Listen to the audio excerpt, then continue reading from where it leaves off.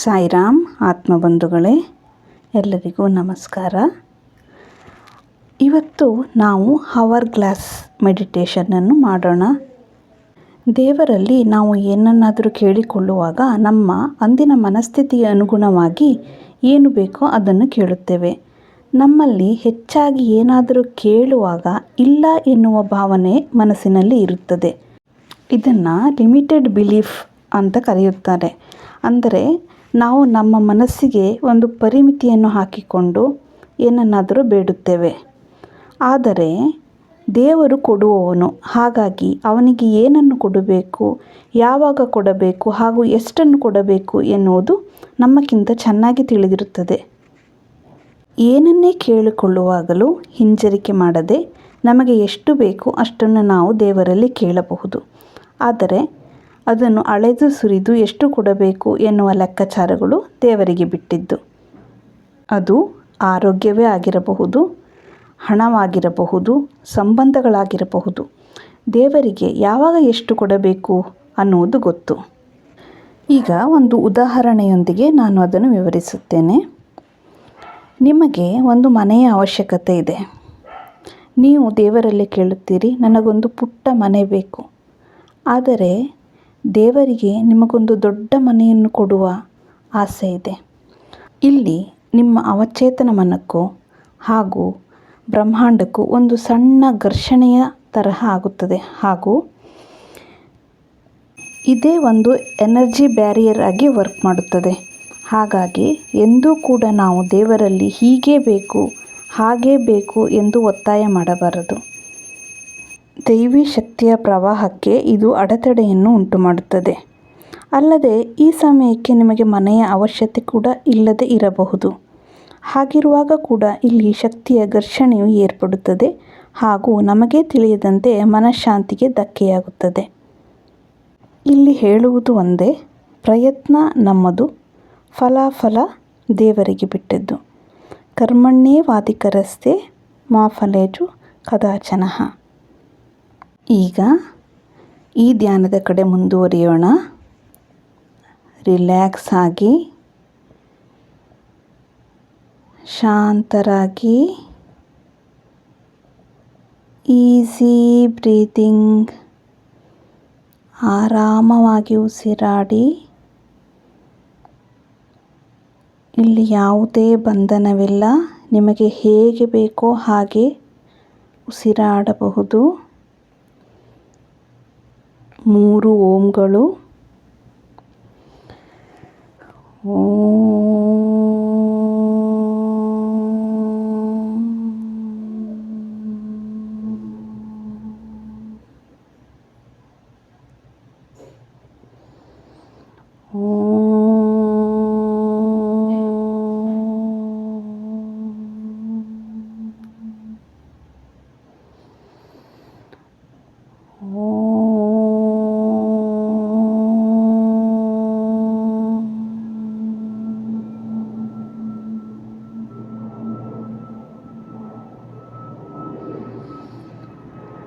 ಒಮ್ಮೆ ಸ್ಕ್ರೀನ್ನಲ್ಲಿರುವ ಸಿಂಬಲನ್ನು ನೋಡಿ ವಿಜುವಲೈಸ್ ಮಾಡಿಕೊಳ್ಳಿ. ನಿಮ್ಮ ಮನಸ್ಸಿನಲ್ಲಿ ಈಗ ಆ ಚಿತ್ರ ಏರ್ಪಟ್ಟಿದೆ. ಕಣ್ಣುಗಳನ್ನು ಮೃದುವಾಗಿ ಮುಚ್ಚಿಕೊಳ್ಳಿ.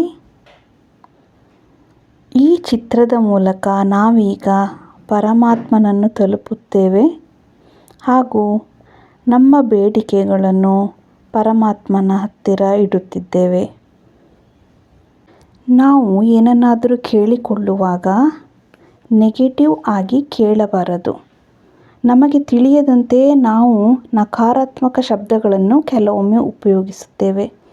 ಈ ಕಾರಣದಿಂದಾಗಿಯೇ ಯಾವಾಗಲೂ ಸಿಂಬಲ್ಗಳು, ವಿಜುವಲೈಸೇಷನ್ಸ್ಗಳು ಹಾಗೂ ಗುರುಗಳು ನಮಗೆ ಸಹಾಯವನ್ನು ಮಾಡುತ್ತಾರೆ. ನೀವೀಗ ಆರಾಮವಾಗಿದ್ದೀರಿ. ಕಣ್ಣುಗಳು ಮುಚ್ಚಿದೆ. ಮುಖದಲ್ಲಿ ಮಂದಹಾಸ. ಆರಾಮವಾಗುತ್ತಿದ್ದೀರಿ.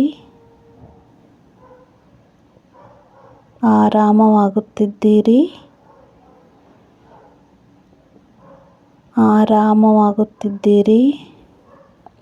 ನಿಮ್ಮ ಕಾಲುಗಳು ರಿಲ್ಯಾಕ್ಸ್ ಆಗಿದೆ. ಉಸಿರಾಟ ಆರಾಮವಾಗಿದೆ. ನಿಮ್ಮ ಕೈಗಳು ಭುಜ ಆರಾಮವೆನಿಸುತ್ತಿದೆ. ದವಡೆಗಳನ್ನು ರಿಲ್ಯಾಕ್ಸ್ ಮಾಡಿ. ಎರಡು ದವಡೆಗಳ ನಡುವೆ ಸಣ್ಣ ಅಂತರವಿರಲಿ. ಆರಾಮವಾಗಿ ಉಸಿರಾಡುತ್ತಿದ್ದೀರಿ.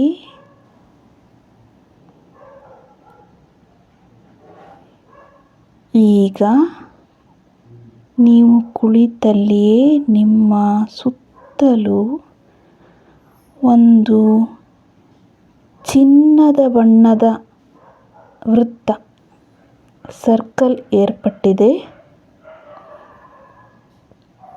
ಊಹಿಸಿಕೊಳ್ಳಿ, ಈ ಚಿನ್ನದ ಬಣ್ಣದ ಸರ್ಕಲ್ ನಿಮ್ಮ ಧ್ಯಾನ ಮುಗಿಯುವವರೆಗೂ ನಿಮ್ಮೊಟ್ಟಿಗಿರುತ್ತದೆ. ಅದರ ಮಧ್ಯದಲ್ಲಿ ನೀವು ಕುಳಿತಿದ್ದೀರಿ. ಇದು ನಿಮ್ಮ ರಕ್ಷಣಾ ವಲಯವಾಗಿ ನಿಮ್ಮನ್ನು ಕಾಯುತ್ತಿದೆ. ಇದು ದಿವ್ಯ ಬೆಳಕು. ಚಿನ್ನದ ಬಣ್ಣದ ಬೆಳಕು ಕಾಲಿನಿಂದ ನಿಮ್ಮ ತಲೆಯವರೆಗೂ ಮೇಲ್ಮುಖವಾಗಿ ಹರಿಯುತ್ತಿದೆ. ಇದು ನಿಮ್ಮ ಚೇತನ. Relax, relax.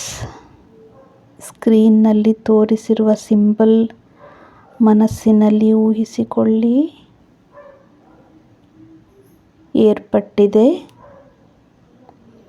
ನಿಮ್ಮ ಚಿನ್ನದ ಬಣ್ಣದ ಊರ್ಜ ಮೇಲೆ ಮೇಲೆ ಹೋಗಿ ನಿಮ್ಮ ತಲೆಯಿಂದಲೂ ಮೇಲೆ ಹೋಗುತ್ತಿದೆ. ಕೆಳಗಿನ ಕೋನದಲ್ಲಿ ನೀವು ಸುರಕ್ಷಿತವಾಗಿ ಕೂತಿದ್ದೀರಿ. ಮೇಲಿನ ಕೋನವು ಮುಕ್ತವಾಗಿ ಆಕಾಶದೆಡೆಗೆ ಓಪನ್ ಆಗಿದೆ. ಕೆಲವರಿಗೆ ಅದು ಮುಚ್ಚಿರುವಂತೆ ಕಾಣಿಸಬಹುದು. ಪರೀಕ್ಷಿಸಿ.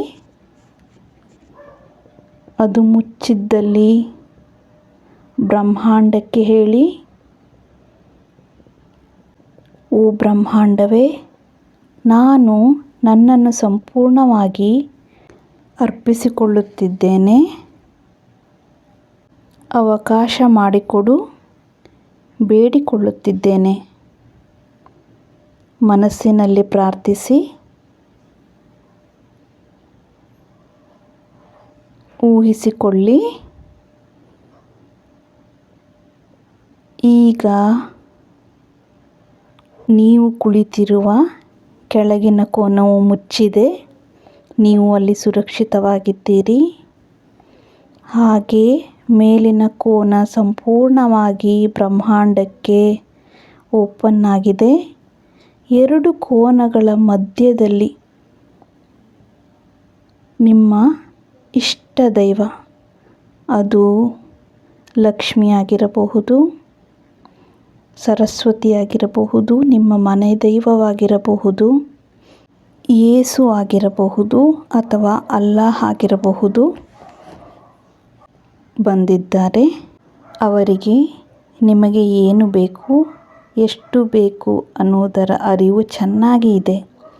ಬಹುಶಃ ನಿಮ್ಮಕ್ಕಿಂತ ಚೆನ್ನಾಗಿ ಅವರಿಗೆ ಇವೆಲ್ಲವೂ ತಿಳಿದಿದೆ. ಈಗ ನಿಮಗೆ ಏನು ಬೇಕೋ ಅದನ್ನು ಯಾವುದೇ ಮುಚ್ಚುಮರೆ ಇಲ್ಲದೆ, ಯಾವುದೇ ಸಂಕೋಚವಿಲ್ಲದೆ, ಯಾವ ಭಯವೂ ಇಲ್ಲದೆ ದೇವರಲ್ಲಿ ಕೇಳಿಕೊಳ್ಳಿ, ಪ್ರಾರ್ಥಿಸಿ.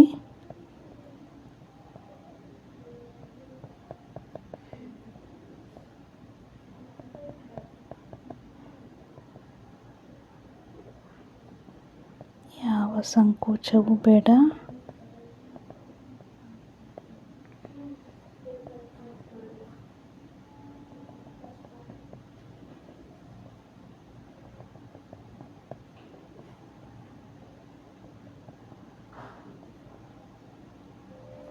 ಕೇಳಿಕೊಳ್ಳಿ.